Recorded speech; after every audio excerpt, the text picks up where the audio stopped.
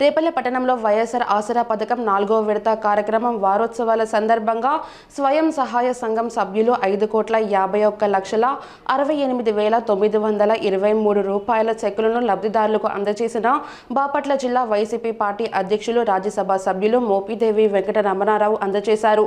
ఈ సందర్భంగా ఆయన మాట్లాడారు.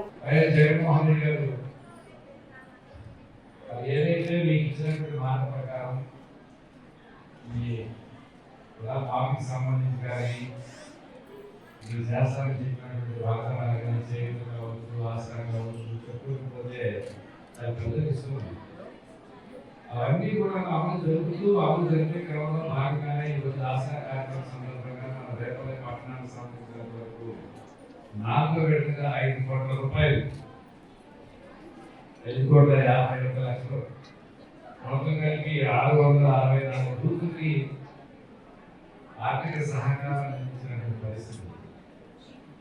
ఒక కాలం చేయండి, ఈ 5 సంవత్సరాల్లో ఇక్కడున్నటువంటి మహిళల్లో జగన్మోహన్ రెడ్డి గారు ప్రవేశపెట్టిన సంక్షేమ కార్యక్రమాల్లో ఏ ఒక్క కార్యక్రమం కూడా నాకు రాలేదు అని వాళ్ళు ఎవరైనా చేయాలి. రానటువంటి వాళ్ళని చెప్పేది వచ్చిన చెప్పండి, వచ్చిన చేతులు లేకుండా ఏ ఒక్క పథకం కూడా మేము లబ్ధి పొందలేకపోయేమో అనేటువంటి వాళ్ళు ఎవరైనా ఉన్నారా? ఒకరు చేయాలండి. ఏదమ్మా ఎందుకు రాలేదు, ఏమాత్రం రాలేదా?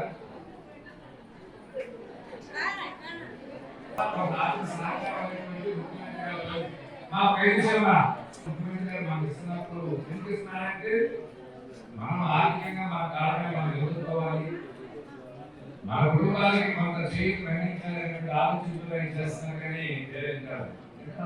అనేక రకాల సమస్యలు ఉంటాయి. ఏ ప్రభుత్వం మన కుటుంబాల్లో ఉన్న అన్ని సమస్యలు ఏకకాల పరిష్కారం చేయలేదు. మన దగ్గర నలుగురు ప్రభుత్వ ఉద్యోగాలు రావాలంటే రావు. అవకాశాలు ఉంటాయి.